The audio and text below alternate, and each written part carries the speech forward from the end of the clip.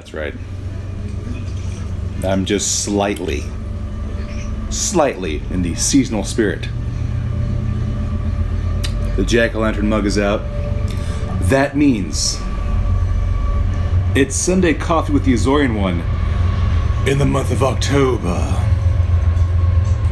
As a train drives by my haunted mansion. Was not planned, not one bit. Hello everyone, it's the Azorean One Anthony Esteves here with Sunday Coffee. I'm back. As you can tell, I'm feeling it with my jack-o'-lantern mug. Those of you who can't see, I'm holding a jack-o'-lantern mug. And my cat has decided to start meowing all of a sudden. It's odd.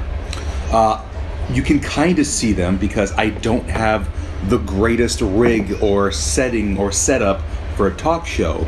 But I've got pumpkins here. I've got this guy. Got this guy. We took the boys to pumpkin patches this weekend.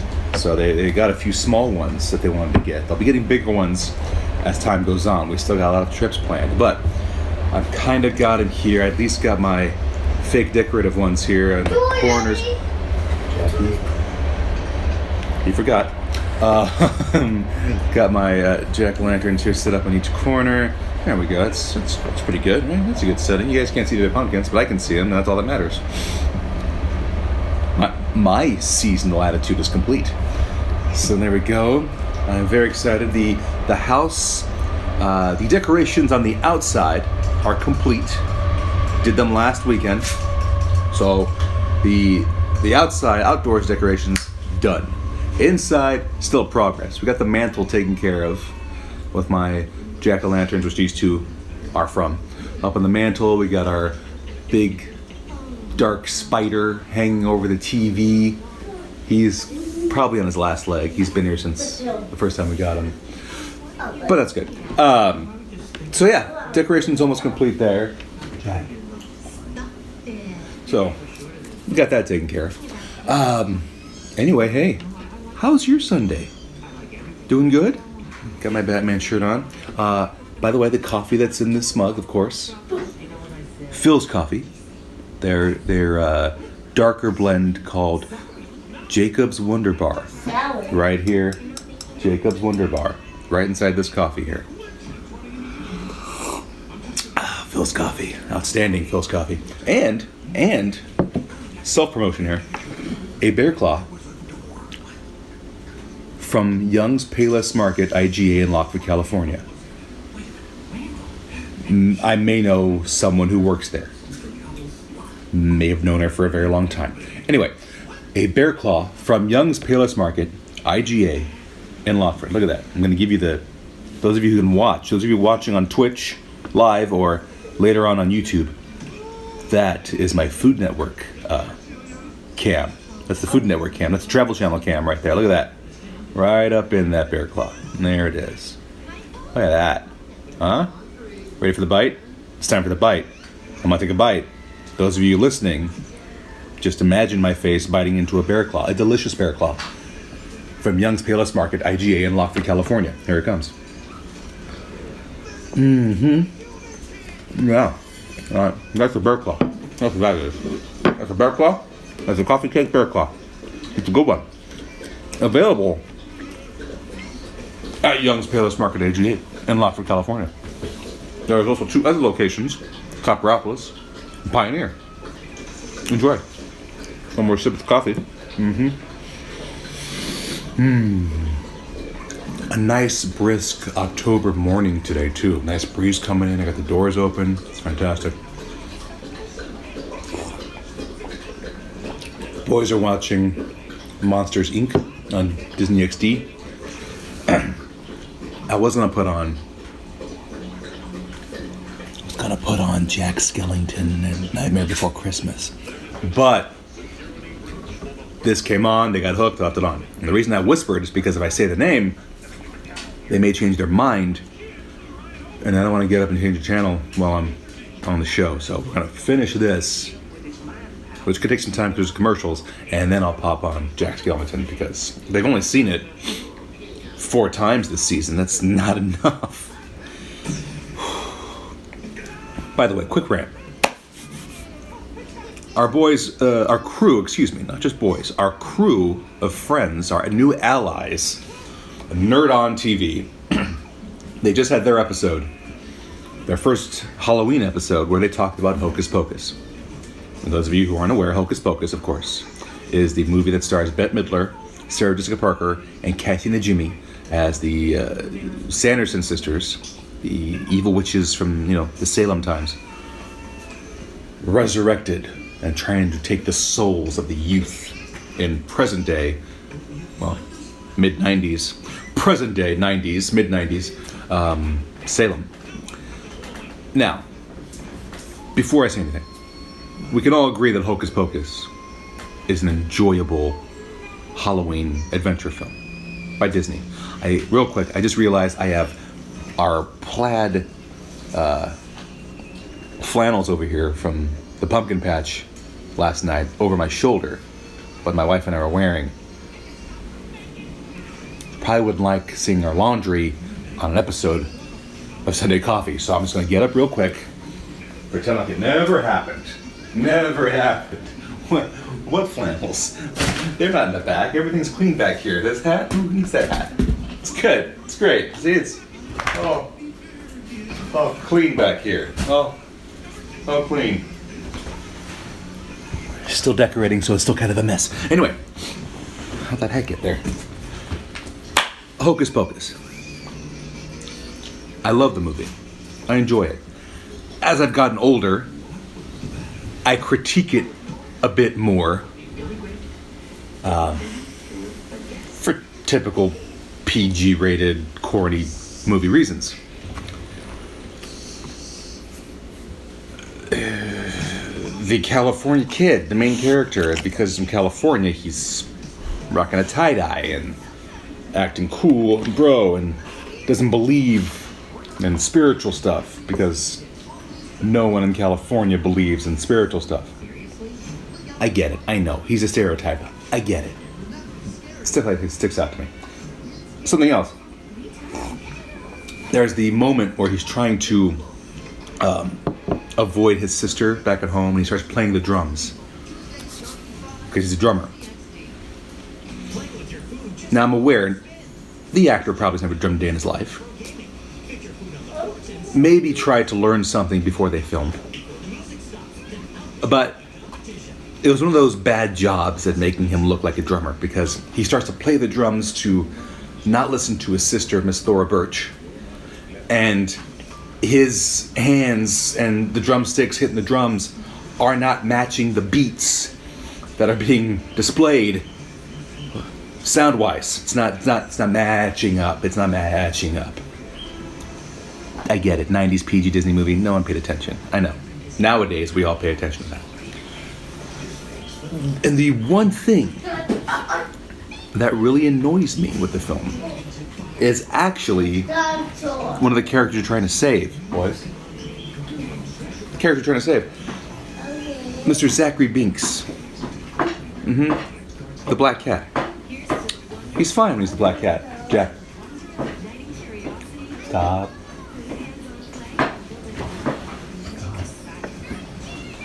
Takes 3 times. The black cat, he's fine. It's when he comes back to human form and he says thanks to everyone and goes back and sees his sister. That kid's acting bugs me. No, I know where to talk. I don't have an acting career. I've been an extra in The Pursuit of Happiness and season 2 of 13 Reasons Why. Those are my claims to fame. I understand that. He actually got screen time and got to talk in a Disney movie. So he's already above me in the career aspect. Talent, I don't think so. Thanks for lighting the candle. I roll. That line he has. Thanks for lighting the candle. I roll. Forced as can't cuss. Just bugs me every time he says it. Hey Max, thanks for lighting the candle. I roll. I had to wait 200 years for a virgin to light a candle. Still love the movie. Still think it's great overall. Just a lot of parts that I tear apart as I get older. I also like how that entire ending of Hocus Pocus, when Zachary Binks comes back. Tommy. When Zachary Binks comes back and he thanks them, kisses Thora Birch on the cheek, goes to his sister, and then they leave and they go to the gate and the camera's on Thora Birch and there's happiness. It's almost like the same finale idea that they did for E.T. I'm starting to think that ending is an homage to E.T. with half the budget. Because the music gets triumphant and loud. The camera focuses on Max and Thora. I can't remember Thora Birch's character's name, so I call her Thora Birch because she's always stuck out to me ever since American Beauty. You all know why. Anyway, camera's on them. It goes back to Zachary and his sister walking away through the gates. It's like almost shot for shot. Elliot saying goodbye to E.T. E.T. spaceship flying away, and camera is on Elliot and black screen. Hocus Pocus, same thing. You're on Thora and Max. Zachary Binks and his sister going to the pearly gates. I don't remember if it's a black screen or a quick fade out, but it's totally and maybe an accidental homage to E.T. or maybe the director wanted to end it E.T. style, which I give you credit. Homage to the classics. You pay the credit. You give credit to those who came before you and made it fantastic. I just caught that. It just feels like their version of E.T. at the end. So, one of my gripes, another one of my gripes, is when it comes to the 31 Nights of Halloween on Freeform. I'm taking my butt of my bear clock here. 31 Nights of Halloween on the cable channel Freeform. Bear claw. Okay. So Freeform has a bunch of, family, friendly, maybe a few PG-13 Halloween-themed films. Goonies, Hotel Transylvania, I think will be up there. Monster House. They've shown Nightmare Before Christmas. Here's my thing. Some of these movies they replay a couple times. For the past 2 or 3 years now, Freeform, once known as Family Channel, once known as ABC Family, has been showing Hocus Pocus what feels like 23 times. 23 times in October. I get you're going to repeat the movies. But can we have more of a balance here? You give Hocus Pocus 23 replays, and you give Addams Family like 2 or 3? Now, I enjoy Hocus Pocus. But if you're going to ask me which one's better, I'm going with the Addams Family. I'm an Addams Family guy. Raul Julia and Angelica Houston as Gomez and Morticia. They are perfect. Garamia. Yeah.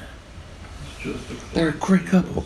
Christina Ricci, who owned the corazon of every young boy and girl growing up. I was born in 82, okay? So by the time I was born in 82. By the time the Addams Family movie came out, I already had those, feelings for girls. And you got Christina Ricci up there? She was a princess. Come on. I like that movie. And Christopher Lloyd as come on. Fester. Hocus Pocus. Enjoyable Halloween movie. Personally, my favorite performance by Sarah Jessica Parker. We're not going to detail why, but you can go to past Halloween episodes of the Capeless Crusaders, and I explain my love for Sarah Jessica Parker in Hocus Pocus. Anyway, great film. I enjoy it. But I put the Addams Family above it. But we get 2 or 3 replays of Addams Family, and you get Hocus Pocus for 23 replays, including all freaking day on Halloween. All day long. It's the Sanderson sisters. All day long. All day long. All day long. All day long. That's what it feels like to me. and especially when you already own the Blu-ray. I own the Blu-ray of Hocus Pocus. I bought it 3 years ago. Shows you I liked it. I bought it. But come on. Just balance out. Maybe just Hocus Pocus 15 times. You know what? Keep the Halloween marathon all day. Fine. I get it. The movie takes place on Halloween. Cool. Keep the marathon on Halloween. But maybe throughout the month, a little more Addams Family, huh? A little more Nightmare Before Christmas, huh? A little more Monster House even. Okay? Maybe a few more Goonies. Just saying. Goonies is great. Love Goonies. A little more of that. So, there's that.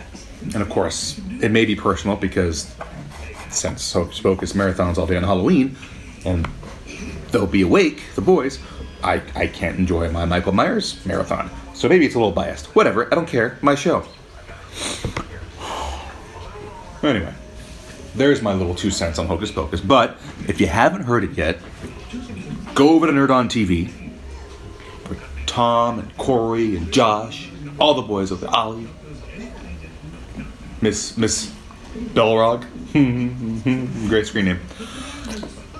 Go listen to their show. They talk about they talk about Hocus Pocus. Go enjoy that show. Indiana's getting the camera. Okay, there's your pets. Okay, now go over there. Karen, I already fed you. You're good. Did you enjoy? She was there. So now that I've gone about Hocus Pocus and Addams Family and Nightmare Before Christmas, and I've told you about the Nerd On episode, I'd like to show you a few things that I think you should add to your Halloween collection. A mixture of books and, comics, graphic novels, what we specialize in. First off, I'm going to show you this guy right here. Got this at Barnes & Noble. Classic Tales of Horror. About $20. It's a leather-bound book with gold pages. You see that? Gold trim pages. We have many leather-bound books in here. This is one of them.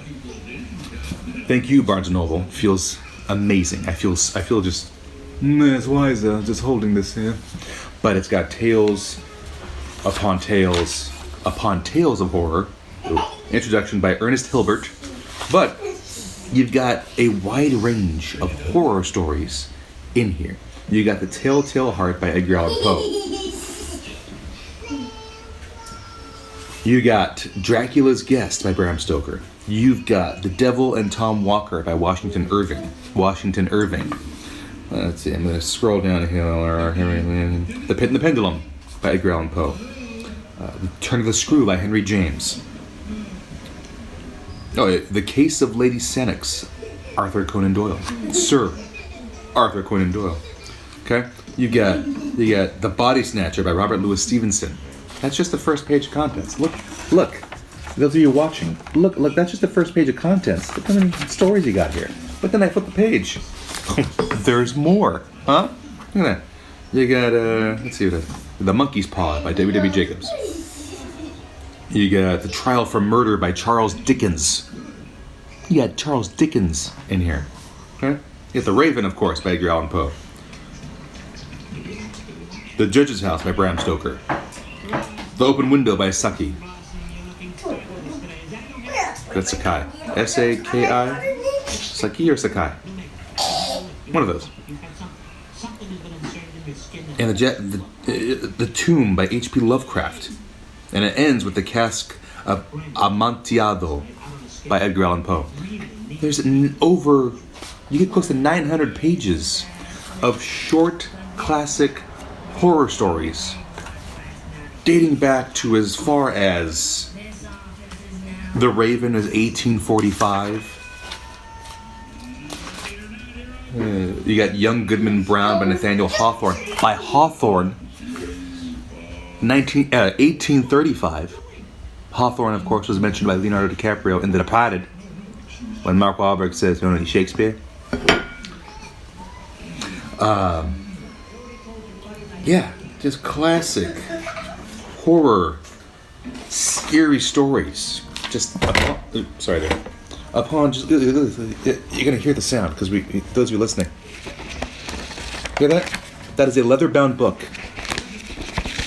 And it's gold-trimmed pages being run through. Look at that. Again, the classic Tales of Horror, a Canterbury classic, available at Barnes & Noble. If not in the store, go online. But typically around this time of year, they bring this bad boy out to sell. Check it out. So there's your book, your non-pictures book. Taking a bite, because it's breakfast. There we go. So good. Next up, 3 of my all-time favorites. 3 of my all-time favorites. From my youth. Those books that... Okay? He's okay. Drink something. Drink your water. I wanna. 3 classics from your youth, from my youth. It was those books that you read. They scared you. And in some cases, people thought you shouldn't be reading it. You know I'm showing you. There it is. Scary stories to tell in the dark. Right here. The one that got banned from libraries in some schools. Because people were scared. The kids reading scary stuff. It's the occult, the devil. Oh. No, this brought creativity to kids. Okay? Also to just face your fear. Alright? Look at that artwork. Look at that. I have book 1, which is Scary Stories to Tell in the Dark. I have book 2, more Scary Stories to Tell in the Dark. Right there. And book 3, Scary Stories 3, More Tales to Chill Your Bones. These are the books, of course, taken from folklore and retold by Alvin Schwartz, and the original drawings inside by Stephen Gamble. Now, the reason I bring up the original drawings is because in the year, I think it was 2000, early 2000s, they reissued these books. But they reissued them with different artwork. Wait, okay. They reissued them in 2000 with friendlier artwork. Disney-fied artwork. And that's a horrible decision when you're trying to re-release the Scary Stories books, because half of the reason they're freaky is because of that guy. Look at that. Look at that artwork. Black and white sketching. Images that stick with you. Look at that. Okay? See that? Nobody wants the PG version of this. No. They don't want the friendly animated. It's part of the scariness of it. Look at that. And plenty of artists and creators have been inspired by the stories in this book and the artwork that's attributed to it. And you wanna baby it and alter the artwork? There was an uproar about it in the early 2000s. Yes, buddy. Good. I don't know. Okay. Not listening to it. I thought the movie, but Monsters Inc. to get involved. There was an uproar about it. They finally re-released it again, the original versions, with the original artwork inside. And that's what your boy here, the Azorean One, made sure he found on Amazon before he ordered them. But if you do not have these, you need to add this to your collection. They are still available online. Some stores I think still have them. Definitely on Amazon. But the original stories, the only difference I gotta say I don't have is I wish I was able to find the hardbound, hardcover copies that were available at like your school library. I found the paperbacks. But everything else is still the same. Still the same old artwork that we love so much inside. Add these 3 to your collection. Pass these on. There's a documentary coming out, I think next year, if not already. Documentary about the importance of these books and what they went through to be made. Also, there is a movie coming out. There's a movie coming out produced by Guillermo del Toro. But if the rumors are true about the story I'm reading, I'm not a big fan of what's coming, because they don't take much from the books. I'll be right back to give these guys crackers. Hang on, boys.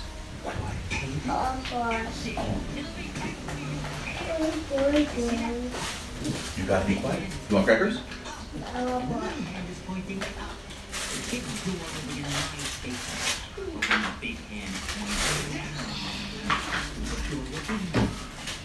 Alright, perfect.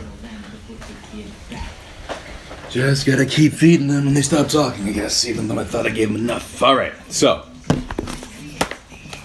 Scary stories, Tell in the Dark, the trio, the trilogy. Add them, get them. You need these in your library. Your kids will love you later on. They'll be scared at first, but you gotta be scared sometimes. You got to. That's how you conquer it. Bruce Wayne. Alright, moving on. I have this duo right here.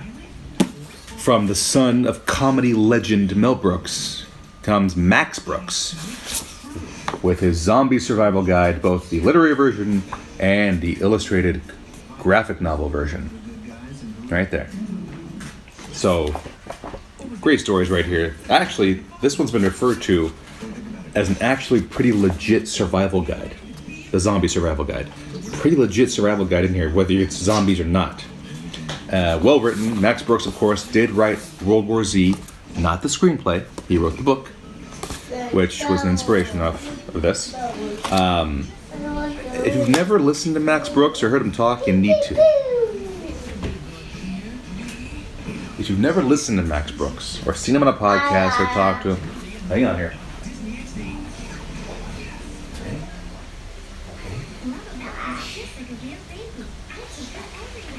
So, if you've never heard him talk, the guy's a genius. The guy's really smart, really intelligent.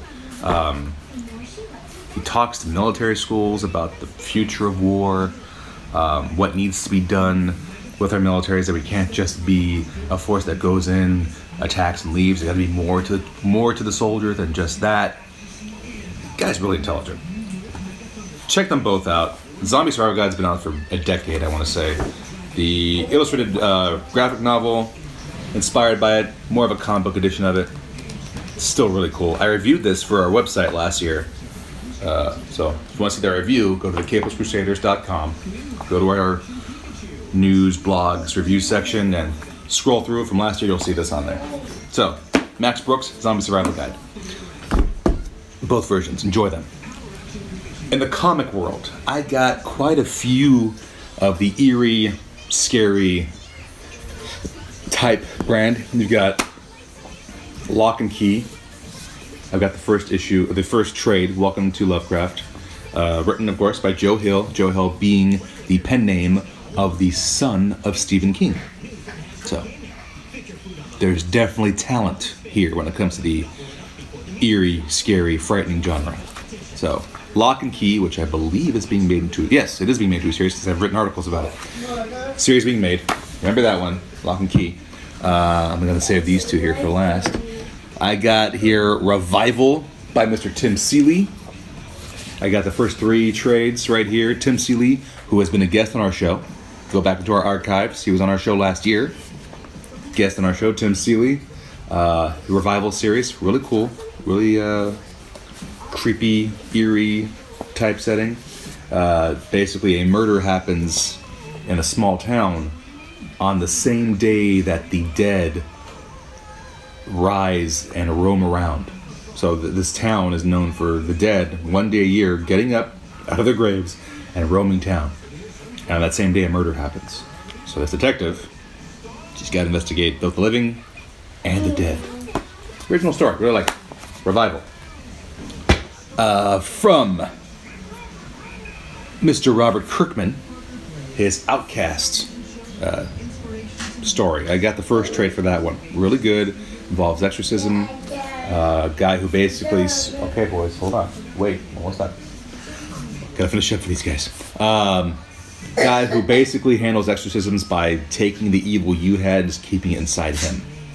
Really freaky story, but I enjoy it. Outcast, I gotta keep up on this one. And, speaking of Robert Kirkman, you can always go back to what's made him a well-known name, The Walking Dead. I have the first 4 trades of the series. I will eventually get those huge Bibles of The Walking Dead issues, but I'm going through the first 8 on their own, and then I'll start buying volumes 2 and 3 of the whole set. But as a fan of the show, it's one of my top 5 favorites. It battles Stranger Things for favorite show for me. It's a constant battle in my head. Love Walking Dead. It's actually, what am I thinking? Today is the premiere of season 9. Tonight, the last season of Rick Grimes. Holy hell. So, here you go. The Walking Dead, Robert Kirkman's claim to fame. What made him a household name and has built him an empire, both in comic and television entertainment. And saving the best for last. Hold on one second, I have a Monsters Inc. update. Huh? Just drop an eye. Okay, that's okay. Watch what happens. That was our Monsters Inc. update. Boo dropped the eye. I see him. And last but not least, I see him. Okay, I see him. Okay. Last but not least, my literary horror queen, my goddess in the horror comic world. The one, the only, the killer of all slashers, Miss Cassie Hack. There she is. Cassie Hack of Hack Slash fame. Right there. There you go. This was my first introduction into Cassie Hack, the Hack Slash My First Maniac, written by Tim Seeley. By the way, Hack Slash created by Tim Seeley, guest on our show. That was my first introduction to her, where I became a fan of hers. Read a few other issues here and there. Read Teeny's new the Hack Slash Resurrection series, which is fantastic. Teeny Howard, outstanding work. And I finally ordered the Omnibus Volume 1 of Hack Slash. There she is. All the beginning issues of her career as a slasher killer, anti-slasher killer. Those of you've already heard me explain who she is. If you've ever watched The Capeless Crusaders, you know that my intense love affair for this character and her stories. Girl survives a horror movie situation, survives the slasher. Instead of living in fear, she decides to go hunting for all the slashers that exist in the world. And you get, slashers that are inspired by Jason, Freddy, Leatherface. You get those types of slasher killers in her stories. And she goes into schools pretending she's the new kid, gets in with the cool crowd, whether it's preppy or gothic, goes to the parties they have out in the boonies with the cornfields. And when the slasher killer, who's known of being in that town, decides to attack, she attacks back, has a bat that says "kiss it" on it, enjoys putting the bat in a certain area to make you think about the euphemism she's making in there. If you love horror movies, if you love vengeance stories, and if you like dark humor, Hack Slash, starring Miss Cassie Hack. Again, Omnibus Volume 1 is what is new to my collection. Cassie Hack, the Hack Slash My First Maniac was my introduction to Cassie Hack.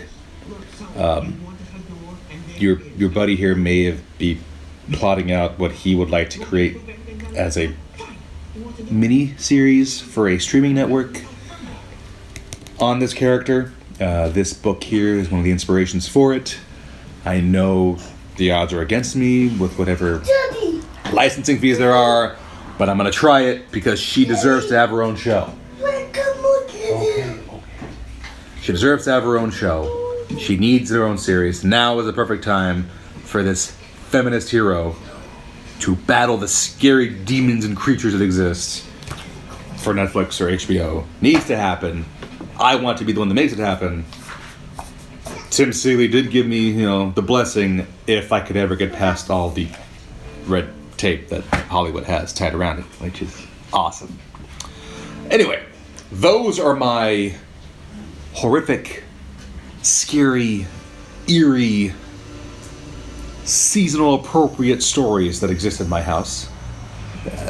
There may be some more. I just couldn't find them right now. But those are my primary sources of horror. I do have Stephen King's Dr. Sleep in the bedroom that I've been reading.